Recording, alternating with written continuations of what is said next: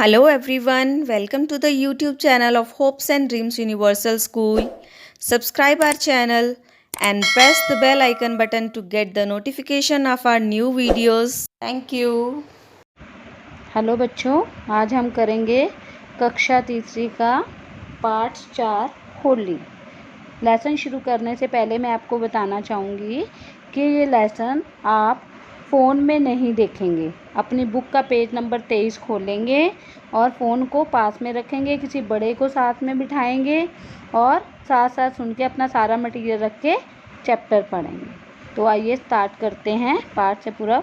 हमारे प्रत्येक त्यौहार से संबंधित कोई ना कोई पौराणिक या सामाजिक कथा अवश्य प्रचलित है। होली से भी संबंधित एक पौराणिक कथा प्रचलित है। आइए पढ़कर जानें। होली का त्यौहार हिंदुओं का एक धार्मिक त्यौहार है। किसका त्यौहार है ये? हिंदुओं का धार्मिक त्यौहार है। इसे हम फागुन मास की पूर्णिमा को मनाते हैं। कब मनाते हैं बताइए? फागुन मास की पूर्णिमा को मनाते हैं। पूर्णिमा के दिन रात को होली जलाई जाती है और दूसरे दिन फाग खेला जाता है। इस त्योहार को मनाने के पीछे एक धार्मिक कथा प्रचलित है। सतयुग की बात है, राक्षसों का राजा हिरण्यकश्यप बड़ा अत्याचारी और ईश्वर पूजा का विरोधी था। इस त्योहार को मनाने के पीछे एक धार्मिक कथा प्रचलित है। सतयुग की बात है, राक्षसों का राजा, दानवों का राजा हिरण्यकश्यप बड़ा अत्याचारी था और जो भी ईश्वर की पूजा करता था उसका विरोधी था, यानी खिलाफ था। परंतु उसका पुत्र प्रहलाद बहुत सच्चा व ईश्वर का भक्त था। हिरण्यकश्यप ने अपने पुत्र प्रहलाद को ईश्वर की पूजा और भक्ति के मार्ग से हटाना चाहा, परंतु प्रहलाद नहीं माना। उसने उसे मारने के कई उपाय किए, किंतु प्रहलाद हर बार बच जाता था। हिरण्यकश्यप ने बहुत उपाय किए लेकिन वो बच जाता था। हिरण्यकश्यप की एक बहन थी, उसका नाम था होलिका। क्या नाम था? होलिका। ये है हिरण्यकश्यप की बहन, ये है प्रहलाद की बुआ। उसे वरदान में एक चादर मिली हुई थी, जिसे ओढ़ लेने पर वह अग्नि में नहीं जल पाती थी। उसे वरदान में ना एक चादर मिली थी जिससे वो आग में बैठ भी जाती थी ना, पर उसे आग नहीं जला पाती थी। हिरण्यकश्यप ने होलिका से कहा वह प्रहलाद को गोद में लेकर आग में बैठ जाए, जिससे प्रहलाद जल जाए। होलिका प्रहलाद को लेकर आग में प्रवेश कर गई। होलिका प्रहलाद को लेकर आग में प्रवेश कर गई, परंतु ईश्वर की भक्ति के कारण चादर प्रहलाद के शरीर पर आ गिरी, जिससे प्रहलाद को आंच भी नहीं आई और इसकी बुआ होलिका भी जलकर मर गई। देखो, ईश्वर की जो भक्ति करता है उसके ऊपर कितना वो होता है ना, कोई आंच नहीं आई। जो चादर थी, तेज हवा चली और वो चादर प्रहलाद के ऊपर आ गई और होलिका जलकर मर गई। पूर्णिमा के दिन होलिका जलाकर इसी कथा को दोहराया जाता है। असत्य या अत्याचार का विनाश होता है और सत्य की विजय होती है। असत्य झूठ, अत्याचार का विनाश हो जाता है। बच्चे बड़े हर्ष से लकड़ियाँ इकट्ठी करते हैं और रात में ईंधन के बड़े ढेर की पूजा करने के बाद उसमें आग लगा दी जाती है। बच्चों, आपने देखा ही होगा जब होलिका दहन होता है तो बहुत सारी लकड़ियाँ लगाते हैं ना वहाँ पे चौराहे पे और पूजा करते हैं, फिर उसमें आग लगा दी जाती है। दूसरे दिन इसमें लोग रंग खेलते हैं। यह भी कहा जाता है कि किसान बहुत प्रसन्न होते हैं और रंग आदि खेलकर अपनी प्रसन्नता प्रकट करते हैं। इस दिन सभी लोग एक दूसरे के घर जाकर गले मिलकर होली की बधाई देते हैं। आप जाते हो ना होली खेलने? जाते हो मम्मी पापा के साथ, है ना? होली की बधाई देते हैं और रंग गुलाल लगाते हैं, कलर लगाते हैं। ये देखो बच्चे खेल रहे हैं ना, आप भी खेलते हो। मस्ती से भरे नौजवानों और बच्चों की टोलियां नाचती हैं। ये देखो टोलियां नाच रही हैं ना, और चारों ओर आनंद और उल्लास का वातावरण बना देती हैं। इस दिन सभी आपसी भूलकर एक दूसरे से प्यार से मिलते हैं ना, प्यार से। बहुत खुश होते हैं जब होली आती है। आपको कलर पसंद है ना, कलर से खेलते हैं हम, बड़ा अच्छा लगता है ना। इस त्योहार की कुछ बुराइयां भी हैं। गुब्बारों में पानी भरकर मारने से कई बार चोट भी लग जाती है। आप खेलते हो गुब्बारों के साथ पानी भर के? जब हम किसी के मारते हैं चोट लग जाती है ना, तो हमें नहीं करना चाहिए। होली खेलने के लिए कई बार खराब वस्तुओं व रंगों का इस्तेमाल करते हैं। इन बुराइयों को छोड़ने का हमें क्या करना चाहिए? प्रयत्न, कोशिश करनी चाहिए। इस रंग बिरंगे त्योहार को आनंदोत्सव के रूप में मनाना चाहिए। तो आपको क्या शिक्षा मिली इस चैप्टर से? हमें बुराइयों को छोड़ना चाहिए ना, बस सूखे रंग से खेलना चाहिए, है ना। तो आगे करते हैं हम शब्दार्थ। फाग, धुलंडी, राक्षस, दानव, विरोधी, शत्रु, असत्य, झूठ, वैर भाव, चतुरता। हमें किसी से भी वैर भाव नहीं रखना चाहिए। आनंदोत्सव, खुशी का त्योहार।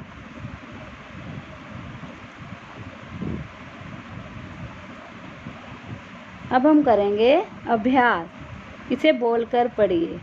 त्योहार, धार्मिक, फागुन, पूर्णिमा, ईश्वर, अत्याचारी, प्रसन्नता। निम्नलिखित प्रश्नों के उत्तर बताइए। आओ अब हम करते हैं जो चैप्टर पढ़ा है उन्हीं के प्रश्न उत्तर, ठीक है। सबसे पहला क्वेश्चन है, प्रहलाद किसका पुत्र और किसका भक्त था? बताइए आप, किसका पुत्र था?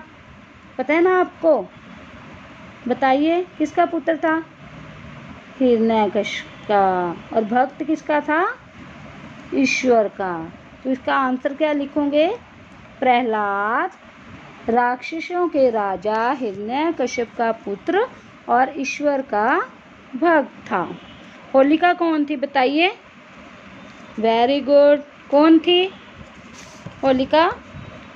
हिरण्यकश्यप की बहन और प्रहलाद की बुआ, है ना। तो इसका आंसर क्या लिखेंगे? होलिका हिरण्यकश्यप की बहन थी। होलिका को क्या वरदान मिला हुआ था? क्या मिला हुआ था? Yes, very good. होलिका को वरदान में एक चादर मिली थी जिसे ओढ़ लेने पर वह अग्नि में नहीं जलती थी। होली का त्योहार की क्या विशेषता है? बताइए क्या विशेषता है? हमें क्या करना चाहिए? होली के त्योहार की विशेषता ये है कि इस दिन लोग अपना वैर भाव भूलकर एक दूसरे से प्यार से मिलते हैं। अब करते हैं अगले प्रश्न उत्तर। होली कब और क्यों मनाई जाती है? बताइए कब और क्यों मनाई जाती है? होली का त्योहार फागुन मास की पूर्णिमा को असत्य या अत्याचार के विनाश तथा सत्य की विजय के रूप में मनाया जाता है। हिरण्यकश्यप अपने पुत्र प्रहलाद को क्यों मारना चाहता था? पता है ना आपको क्यों मारना चाहता था?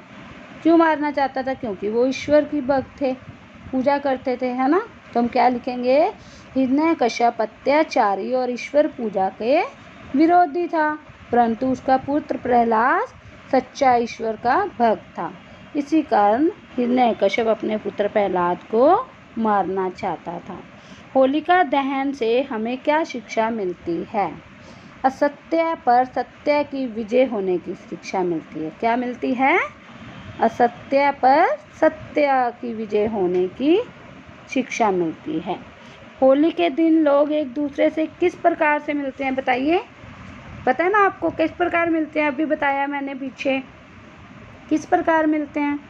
यस, होली के दिन सभी आपसी वैर भाव भूलकर एक दूसरे से प्यार से मिलते हैं। हमें होली के त्यौहार से संबंधित किन किन बुराइयों को छोड़ने का प्रयास करना चाहिए। बताओ आप किन किन बुराइयों को छोड़ना चाहिए। अभी थोड़ा टाइम पहले ही बताया मैंने आपको, है ना। Yes, very good. हमें होली के त्यौहार पर गुब्बारे में पानी भरकर मारने तथा खराब वस्तुओं व रंगों के इस्तेमाल को छोड़ने का प्रयास करना चाहिए।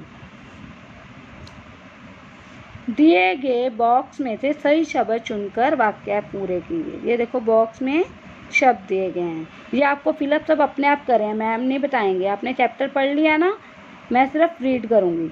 होली का त्यौहार हिंदुओं का डैश त्यौहार है। अपने आप इसमें से फाइंड कीजिए और राइट कीजिए। डैश के दिन होली जलाई जाती है। डैश प्रहलाद को लेकर आग में प्रवेश कर गई। होली के दिन सभी डैश भूल जाते हैं। ये आप अपने आप, अब चैप्टर रीड किया हुआ है, आपको तो ये पता होना चाहिए इसमें क्या आएगा, है ना। तो आप अपने आप करेंगे। सही वाक्यों पर टिक तथा गलत पर क्रॉस का निशान लगाइए।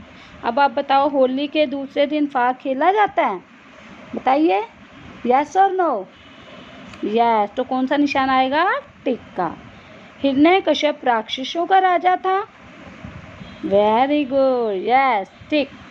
प्रहलाद अपने पिता का बुरा चाहता था, नहीं ना, नहीं चाहता था ना, क्रॉस। ईश्वर की भक्ति के कारण प्रहलाद को कोई आंच नहीं आई थी, नहीं आई थी ना, यस, टिक। हिरण्यकश्यप सच्चा व ईश्वर का भक्त था, यस, भक्त था वो। सही उत्तर पर टिक का निशान लगाइए। प्रहलाद की कथा किस युग की थी, स्टार्टिंग में बताया था मैंने आपको, किस युग की थी बताइए इन चारों में से। सतयुग, त्रेता, द्वापर, कलयुग, किसकी थी, सतयुग, वेरी गुड। प्रहलाद कैसा लड़का था, बताइए, वेरी गुड, ईश्वर का भक्त था। प्रहलाद को भक्ति के मार्ग में कौन हटाना चाहता था, ये तो सबको ही पता है।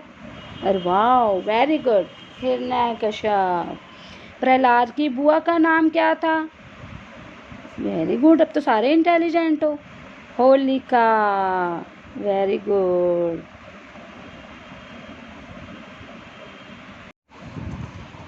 मूल्यपरक प्रश्न।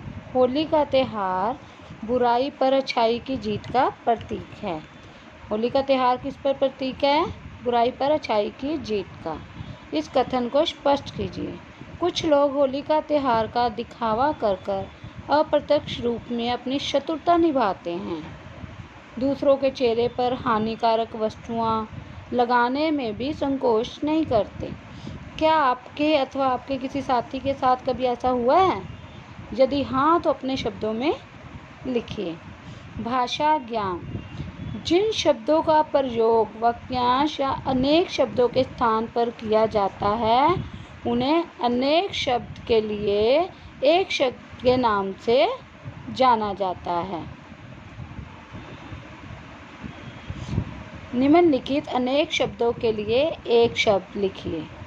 अच्छे आचरण वाला, उसको हम क्या बुलाएंगे, अच्छे आचरण वाले को, बताइए आप। सदाचारी। जो मांस खाता हो, मांसाहारी। जो वर्ष में एक बार हो, वार्षिक।